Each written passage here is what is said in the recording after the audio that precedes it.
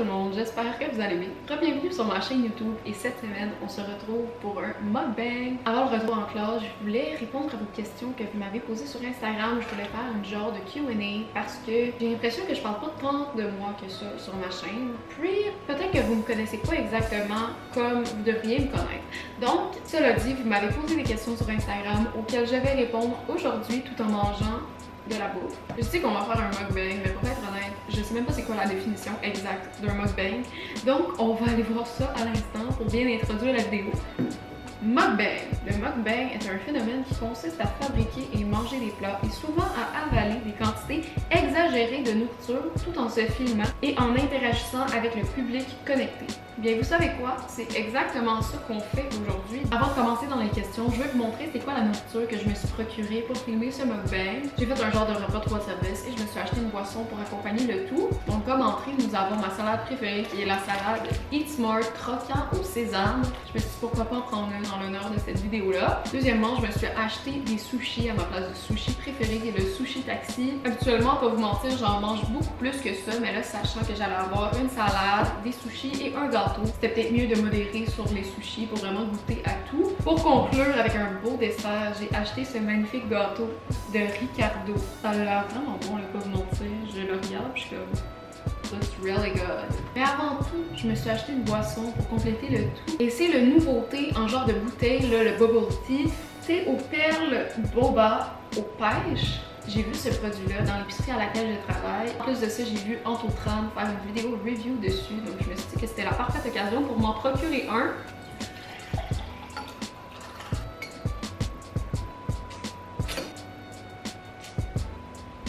Je m'attendais vraiment à ce que ce soit meilleur.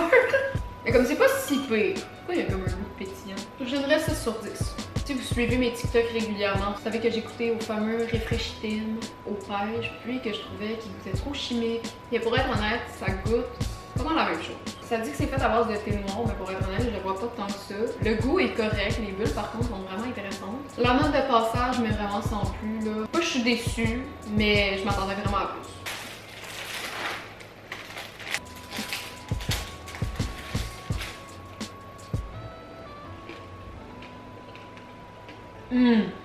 So good. My god. Vraiment meilleur que ça ici. Première question. Si tu avais un rêve impossible à réaliser selon toi, quel serait-il? Quand même une bonne question pour commencer. Un rêve qui semble impossible pour moi à réaliser, mais que j'adorerais faire, c'est définitivement de voyager dans le monde pour vous rencontrer. Je sais, j'ai juste une petite plateforme, là, puis probablement que 90% de mes abonnés résident au Canada. Ok? Probablement. Mais juste le fait, juste l'idée de savoir qu'un jour ça pourrait se produire, mais qu'en ce moment c'est littéralement impossible. Juste ça me fait rêver. Donc c'est pour ça que je vais dire ce rêve-là. J'espère juste qu'en mangeant ma salade, j'aurai pas genre un bout de kale dans ma dent. Ce serait quand même vraiment gênant que je passe toute la vidéo avec un bout de kale entre mes dents. C'est très possible par contre. Ensuite, quelqu'un m'a demandé qui t'a le plus inspiré à faire du contenu YouTube. En fait, c'est vraiment en commençant à regarder les YouTubers que je regarde maintenant que ça m'a vraiment donné un boost pour commencer ma chaîne YouTube. Je vais vous lister dans le fond des YouTubers que j'adore et comment ils m'ont inspiré, puis pourquoi ils m'inspirent encore aujourd'hui. Premièrement, on a une YouTubeuse qui s'appelle Alia, que j'adore tout simplement. Si je ne me trompe pas, elle vient de l'Oregon, donc elle fait des vidéos en anglais, mais je trouve que son lifestyle, son style de vidéo, son style de montage, ses thumbnails, tout est incroyable, je trouve, dans sa chaîne YouTube. Puis ce qui m'inspire grandement, c'est qu'elle a déjà 200 000 abonnés, puis elle a commencé sa chaîne il y a moins d'1 an. Ensuite, pour du contenu lifestyle, je suis une fille sur YouTube qui s'appelle Fernanda, et cette fille-là est canadienne, donc ça c'est nice. Elle fait aussi des vidéos comme vlogs, ça m'inspire beaucoup à créer des vlogs lorsque je regarde ces vidéos parce que je peux m'en inspirer. Sinon, ça fait pas longtemps que je l'ai découvert, mais KBU, c'est une YouTubeuse aussi qui vient des États-Unis et elle fait des vidéos fashion. Je trouve tellement qu'elle a un style vestimentaire incroyable. Elle s'assume à 100% dans ce qu'elle porte et je trouve ça magnifique. Aussi, son style de montage est juste vraiment drôle. Ça m'inspire beaucoup à faire des vidéos. Finalement, je m'inspire grandement de ses thumbnails. J'essaie quand même de m'inspirer de ce qu'elle fait pour approprier ça à ma manière dans mon contenu. J'ai pas nommé aucun YouTuber québécois et je vous explique pourquoi. Les YouTubers québécois qui font du contenu comme moi j'aimerais ça créer, il y en a de 0 à aucun.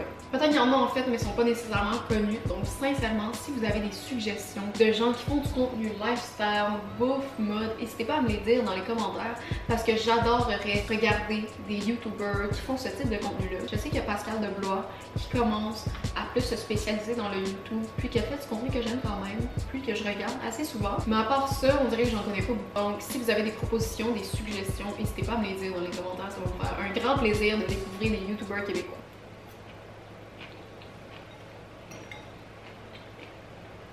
Prochaine question, on m'a demandé pourquoi as-tu commencé ta chaîne YouTube? Pour vous mettre en contexte, je veux commencer ma chaîne YouTube probablement depuis que j'ai 12-13 ans. J'aspirais vraiment à devenir YouTuber quand j'étais plus petite. Selon moi, à 12-13 ans, dans ma peau d'enfant de 12-13 ans, j'ai pas grand chose à dire sur YouTube. Ma vie n'est pas super mouvementée. J'ai pas beaucoup d'opinions de vie. Surtout c'est la période, je trouve que tu essaies de te découvrir, tu arrives au secondaire, puis tu vas pas juste imiter ce que tout le monde fait pour blend in super bien. Donc sincèrement, j'aurais vraiment peu le courage de commencer ma chaîne YouTube, sachant aussi que je suis très anxieuse socialement. J'aurais pas été capable de supporter le fait qu'il y a des gens que je connaisse, que je côtoie tous les jours, qui auraient regardé ma chaîne YouTube. Ma confiance en soi n'était vraiment pas assez haute à ce moment-là de ma vie pour me mettre de l'avant sur les réseaux sociaux. Aussi, je sais que pour beaucoup de gens, l'école en ligne n'a vraiment pas été facile, mais pour moi, ça a été quelque chose de bénéfique. Il y a quelque chose avec l'école en ligne qui fait en sorte que tu es moins gêné de côtoyer ces gens-là dans tes classes. Puis encore là, je devrais pas me fier sur l'opinion des autres, mais on dirait qu'à ce moment-là, ça l'a vraiment aidé. Je viens de faire ma salade, donc on va passer au magnifique sushi. Ils ont l'air tellement appétissants. Je les regarde depuis tantôt. Ils sont sous mon nez. Et je ne devrais pas les manger, je devais attendre. Je vais commencer par le rouleau au crabe. Genre, dans la vie, j'aime pas les fruits de mer, ok? Mais le rouleau au crabe est juste next level.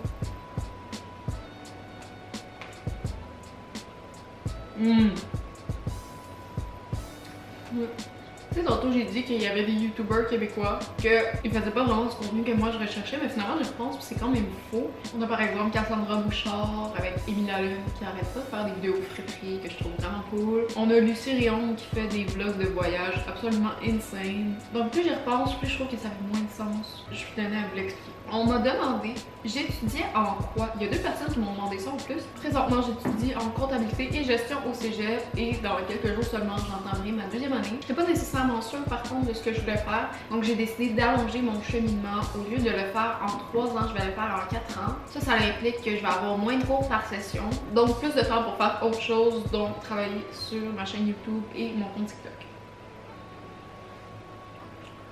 Quoi?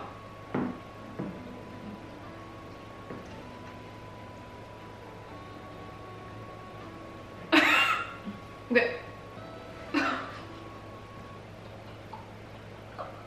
Sinon, on m'a demandé Are you végé or vegan? Non, je ne suis pas végétarienne ni végétalienne. Je sais que souvent dans mes vidéos, je vais surtout faire des recettes qui comportent pas de viande. Premièrement, je suis pas fan de viande, du goût de la viande, mais j'en mange parfois, comme là, j'ai un sushi au poulet Général Tao, puis tantôt j'ai mangé un rouleau au crabe. Mais je comprends le questionnement parce que c'est vrai que dans mes vidéos, je poste souvent des recettes qui sont végé ou même vegan parce que j'aimerais ça peut-être emprunter ce chemin-là un jour au niveau de mon alimentation. Mais si j'ai le choix personnellement, je vais plus avoir tendance à aller vers les trucs végétariens parce que c'est ce que je préfère. Je suis pas fan de viande, comme je mange pas de viande rouge. Deuxième chose, c'est que je trouve que la viande, c'est parfois compliqué à cuisiner et en plus, ça coûte terriblement cher.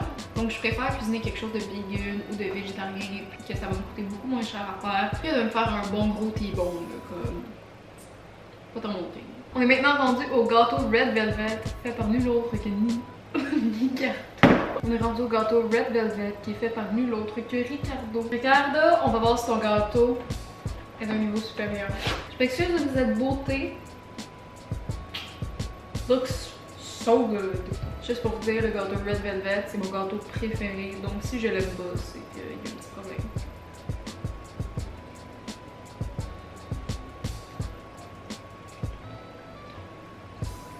Oh my god. Fucking bon! 11 sur 10. 11. Excellent. Quelqu'un m'a demandé quelle était ma musique du moment. Je n'écoute pas vraiment de musique en ce moment. Je suis vraiment plus dans un mood de podcast. Mes deux podcasts préférés, premièrement, c'est un incontournable, c'est le podcast Anything Goes de Emma Chamberlain. Juste comme elle parle, c'est tellement comme relatable. Il y a toujours avoir des sujets que j'aime, là, comme l'autre jour elle a fait un épisode, c'était Timeless versus Trendy, où elle parlait des trends, puis du cycle de fast fashion qu'on voyait beaucoup sur TikTok. Non! C'est pas toi! Non! Sinon, un deuxième podcast que j'aime beaucoup, je vous ai parlé tantôt d'une YouTuber, Alia. Elle a récemment démarré son podcast et je suis vraiment fan, j'aime vraiment la connexion qu'elle a avec son partenaire de vie. Puis je trouve vraiment qu'elle touche sur des sujets nice, comme par exemple, elle a fait un épisode l'autre jour où elle parlait d'argent. L'épisode s'appelle Split the Check, si vous voulez aller voir sur Spotify. Quelqu'un m'a demandé c'était quoi ma job de rêve, et pour être honnête avec vous, je pense que ce serait vraiment la création de contenu. En ce moment, je vis l'expérience de ce que c'est d'être un créateur de contenu, qu'est-ce que c'est de faire le montage, qu'est-ce que c'est de trouver des idées, tourner des vidéos, et pour vous mentir, je suis vraiment fan. Je me vois clairement faire ça dans 5 ou 10 ans en tant que métier. Je sais pas si un jour ça va arriver, mais probablement que ce serait mon métier de rêve parce que je me vois en ce moment, je vois à quel point je m'épanouis là-dedans. Si tu pouvais faire une collab, mais la personne écrit voilà. Si tu pouvais faire une collab future, YouTuber ou brand, ça serait qui quoi? Je sais que la compagnie de bijoux Méjouri travaille avec des plus petits créateurs de contenu, donc définitivement c'est une brand avec qui je voudrais travailler. Sinon comme YouTuber avec qui j'aimerais collaborer, c'est un grand rêve, ok? J'aimerais vraiment ça, collaborer avec Pascal. Je sais que je l'ai mentionné comme 3 fois dans la vidéo, mais toujours je suis une fangirl. Je regarde des TikTokers / créateurs de contenu ces temps-ci qui ont à peu près mon âge, puis Pascal, je pense définitivement que je préfère quelque chose de cool avec. Je la suis environ depuis l'été passé et depuis je suis fangirl, j'arrête pas d'en parler. Oh my god, mais j'aime tellement son contenu, mais comme en même temps, elle a tellement plus d'abonnés, fait que ça lui servirait à quoi de faire une collab avec moi qui a même pas encore 100 abonnés sur sa chaîne YouTube, mais bientôt, j'espère vraiment que bientôt on va l'atteindre. Donc, abonne-toi si c'est pas déjà fait. Puis peut-être qu'un jour, tu vas me voir en collaboration avec Pascal Deblois. Ce serait plus que nice. Ça va être tout pour moi aujourd'hui. J'ai vraiment pas fini le gâteau, mais j'ai presque fini ma portion. Genre, je pense que je vais m'en reprendre une autre après. J'espère que vous avez aimé la vidéo et si vous l'avez aimé, n'hésitez pas à mettre un like. Si c'est pas déjà fait, n'hésite pas à t'abonner à ma chaîne pour voir plus de contenu comme celui-là. Je fais surtout du contenu bouffe, je fais beaucoup de contenu fashion. L'école recommence bientôt, donc je vais probablement faire quelques vidéos lifestyle liées au thème de l'école. Donc si tu veux pas manquer ça et toutes les autres vidéos à venir, n'hésite pas à t'abonner et surtout, mets la cloche. Comme ça, tu peux savoir chaque fois que j'upload. Et nous, eh bien, on se retrouve mardi prochain dans une autre vidéo. Bye tout le monde!